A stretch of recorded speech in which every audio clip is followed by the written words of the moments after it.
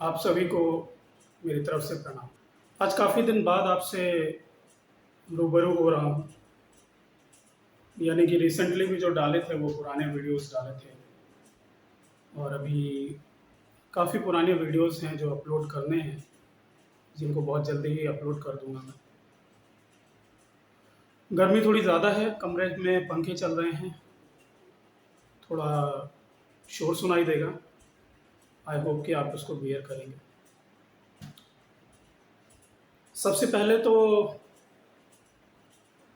एक बात कहना चाहूँगा कि जो साधक वर्ग है और बाकी लोग भी ये जानते हैं कि आने वाली 13 तारीख को गुरु पूर्णिमा है, और मैं कोशिश करूँगा कि उस दिन आपसे रूबरू हूँ, आपसे बातचीत करूँ, और जिस प्रकार से भी हो सकता है उस प्रकार से आपसे संवाद स्थापित करूँ। गुरु पूर्णिमा का क्या महत्व है, क्या महत्व नहीं है, वो सारी चीज़ें अपनी जगह हैं। जो गुरु से प्रेम करते हैं, गुरु के प्रति आस्था रखते हैं, और जो गुरु का महत्व समझते हैं, उनके लिए गुरु पूर्णिमा बहुत बड़ी चीज़ है, और जो नहीं रखते उनके लिए कुछ भी नहीं है। इससे पहले कि वीडियो शुरू करूं,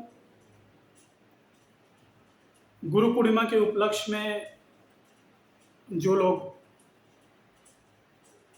लोग भी आप में से, या जो भी मुझसे प्रेम करते हैं, मुझे मानते हैं, मेरे काम को सराहते हैं, पसंद करते हैं,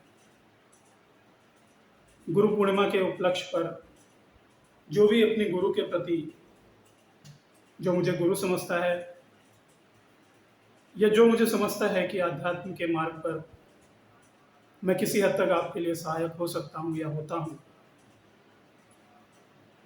वो यदि दक्षिणा स्वरूप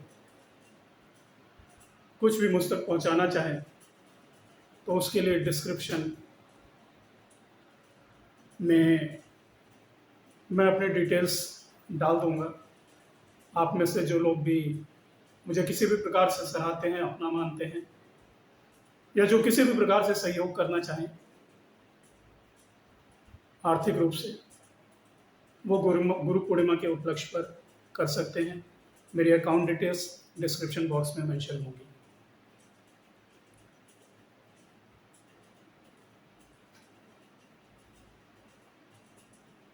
बार बार एक बात कहता हूं मैं, गुरु ने न पकड़ी होती बाह, सखीरे में तो बह गई होती। वाक्य मेरा नहीं है,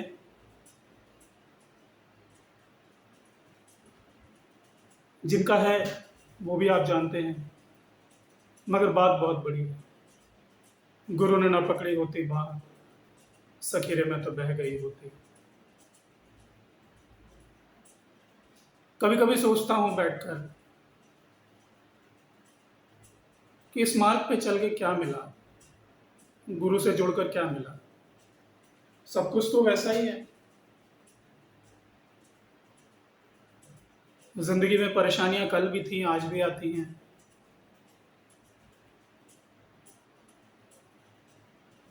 जो जीवन में भागदौड़ होती है, जो हलचल होती है, वो सारी चीजें यथावत हैं।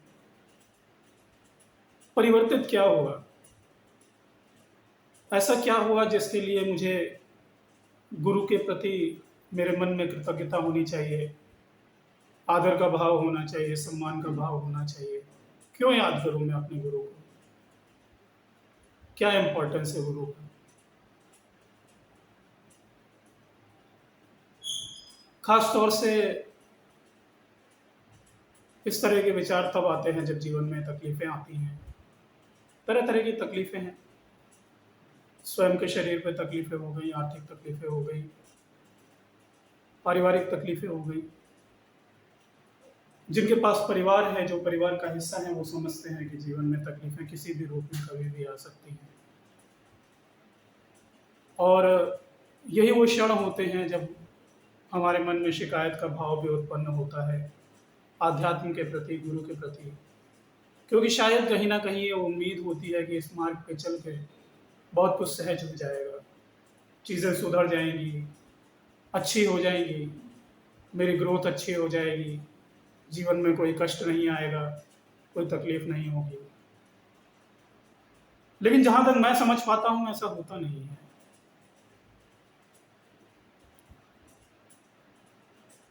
कबीरदास जी के जीवन को देख लीजिए। उनका एक स्वभाव था साधु संतों की सेवा करना, घर पे जो लोग आए उनकी सेवा करना। उस सेवा के लिए क्या-क्या नहीं किया उन्होंने। चोरी तक की, और यहाँ तक कि ये भी कहते हैं कि अपनी पत्नी को भी किसी के पास पहुँचा कर आए थे वो, ताकि कुछ धन प्राप्त हो सके, जिससे वो साधु संतों की सेवा कर सके। वो बात दीगर है कि जब उस व्यक्ति को पता चला तो उसने उनकी पत्नी को वापस लौटा दिया।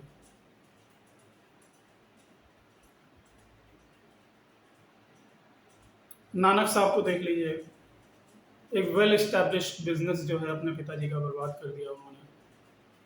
ये मैं सांसारिक दृष्टिकोण से बात कर रहा हूँ, आध्यात्मिक दृष्टिकोण से नहीं। और तकलीफ़ों की बात देख लीजिए,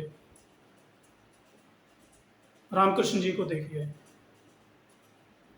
गले में कैंसर। पंडित गोपीनाथ कविराज जी को देख लीजिए, भूमानंद परमहंस को देख लीजिए। भूमानंद परमहंस नहीं, माफ़ कीजिएगा, विशुद्धानंद परमहंस जी, जो कि सिद्धाश्रम गए थे ऐसा कहते हैं। और भूमानंद जी के जीवन में भी कितनी परेशानियाँ आई। बचपन में थे, कुत्ते ने काटा, मौत लगभग सामने खड़ी हुई थी। कविराज जी का भी जहाँ तक मुझे ध्यान है, एक पुत्री उनकी विधवा हो गई थी, और बेटा भी शायद एक्सीडेंट में डेथ हो गई थी। नरसिंह मेहता के जीवन को देख लीजिए, पत्नी की भी मृत्यु हो जाती है, इकलौता बेटा वो भी मर जाता है। जब हम इस रास्ते पे चलते हैं तो बहुत सारी उम्मीदें होती हैं हमारे मन में, बहुत सारी चीज़ें होती हैं, और हम उम्मीद करते हैं कि गुरु के पास जाके कोई साधना सीख के, ध्यान सीख के मेरे जीवन की कठिनाइयाँ हल हो जाएंगी, सब कुछ बढ़िया चलने लगेगा, सब कुछ मस्त हो जाएगा। फिर ये जो इतने बड़े-बड़े लोग थे, जिनको हम याद करते हैं, जिनका हम नाम लेते हैं, इनके जीवन में तकलीफ़ें क्यों आई? कहते तो सब हैं, ज़्यादातर लोग ये कहते हैं कि अपने शिष्यों का पाप ले लेते हैं अपने ऊपर, उनके दुष्ट कर्म ले लेते हैं। लेकिन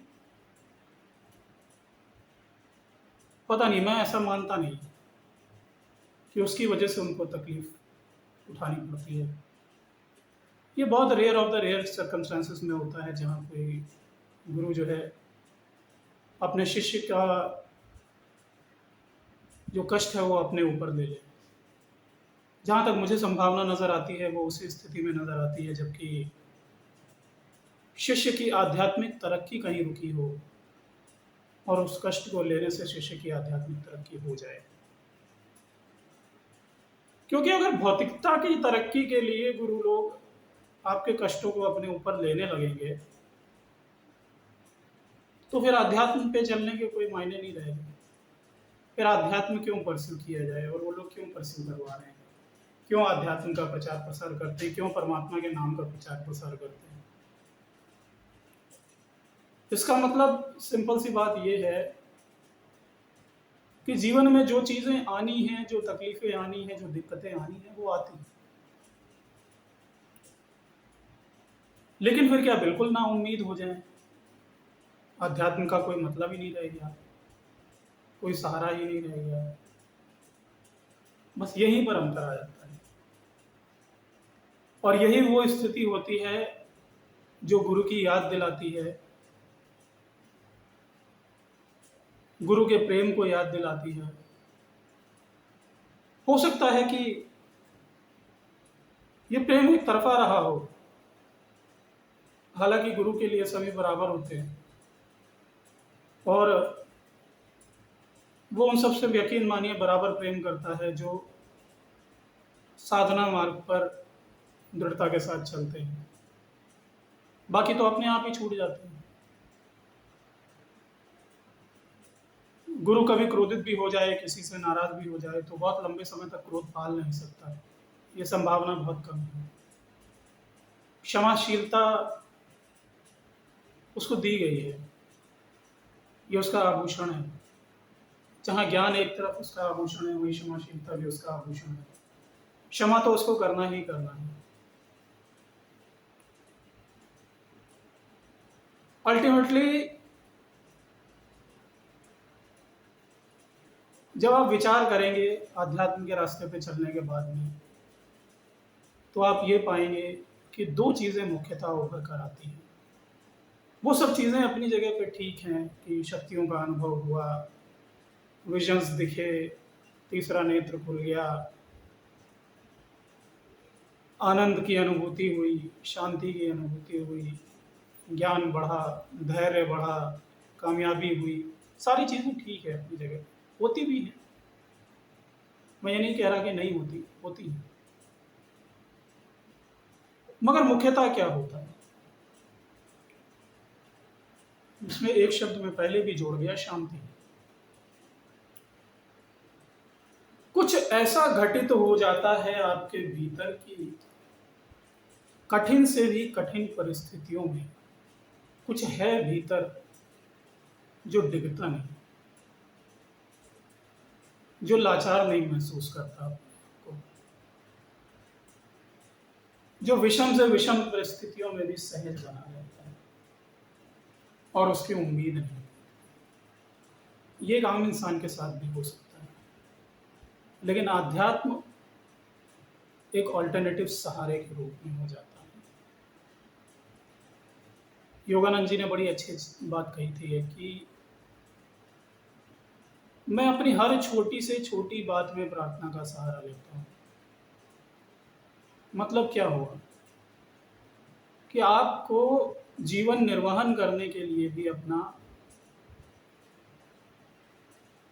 हर चीज में आध्यात्म ही एकमात्र सहारा नजर आने, और वो सहारा उतना ही फलीभूत होता है। मैं अपने जीवन में जब जब कठिनाइयों से गया, तब तब गुरु की ब्लेसिंग सामने खड़ी हुई थी। विषम से विषम परिस्थितियां आई जीवन में, बहुत कठिनाइयां देखी, सब कुछ देखा, लेकिन आज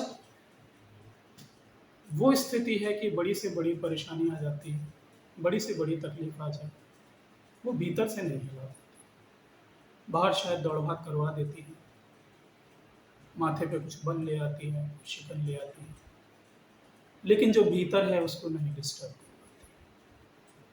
वो जो भीतर की शांति एक बार बैठ चुकी है वो नहीं मिलती, चाहे कुछ भी हो जाए, कितना भी कुछ हो जाता है, वो दृष्टा भाव नहीं मिलता। वो जो विश्वास है गुरु के प्रति, ईश्वर के प्रति, वो विश्वास नहीं चाहता।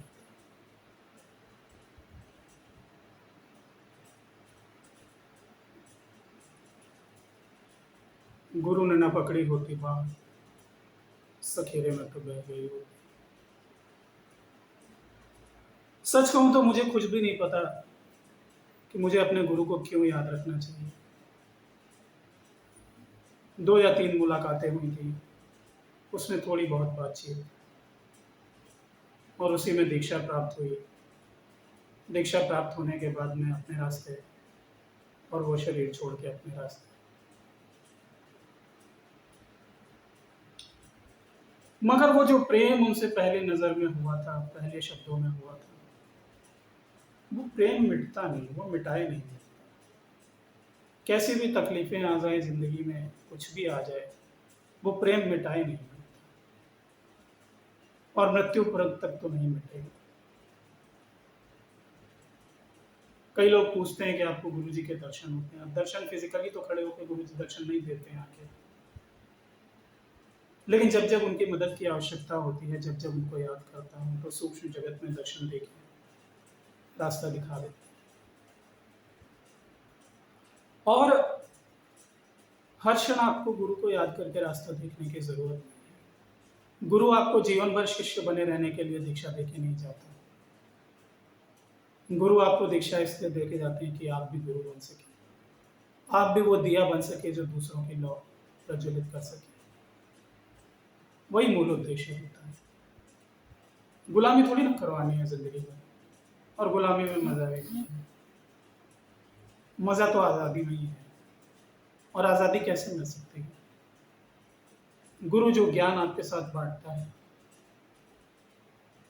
जो क्रिया आपके साथ बाँटता है, उसी से आप मुक्ति की तरफ चले जाते हैं। कबीर धोखे से ले लेते हैं, कितनी चालाकी करते हैं देखिए। मालूम था इसे दीक्षा देंगे नहीं, जाके लेट गए। कितना दिमाग लगाया, इंटेलिजेंट भी कितने थे, जाके लेट गए कि पैर पड़ेगा तो राम तो निकलेगा इनके मुँह से, बस गुरु के मुँह से मिल जाए। और मिल गया और उसी से तार लिया अपने आप को। ज़रूरतें नहीं पड़ी कुछ और करने की, कुछ और लेने की। हम आप आज अगर राम का नाम ले लें तो राम के नाम से नहीं तर पाएंगे, क्योंकि विश्वास नहीं हो, भरोसा नहीं हो।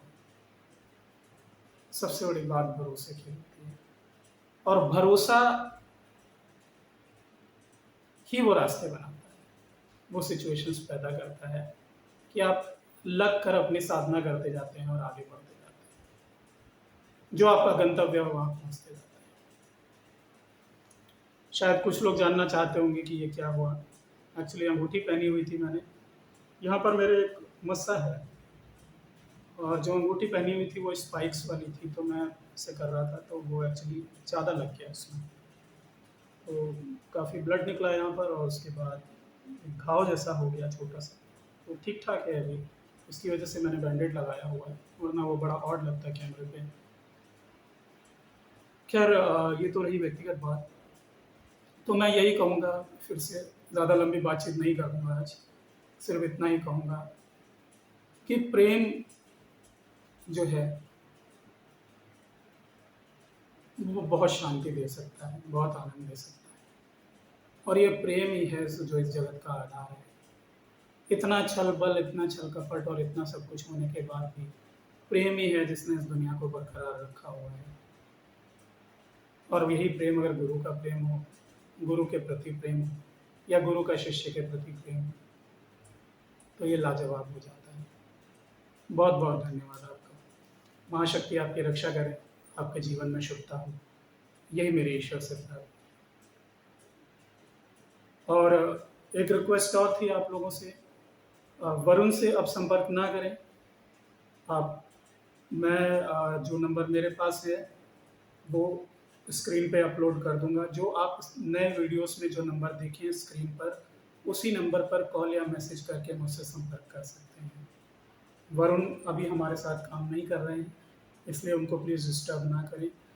हमारा कोऑर्डिनेशन अभी नहीं बन पा रहा है, तो इसकी वजह से वो अभी मुझसे अलग हैं। कृपया उनको अन्यथा फ़ोन करके डिस्टर्ब ना करें। बहुत बहुत धन्यवाद आप सबका।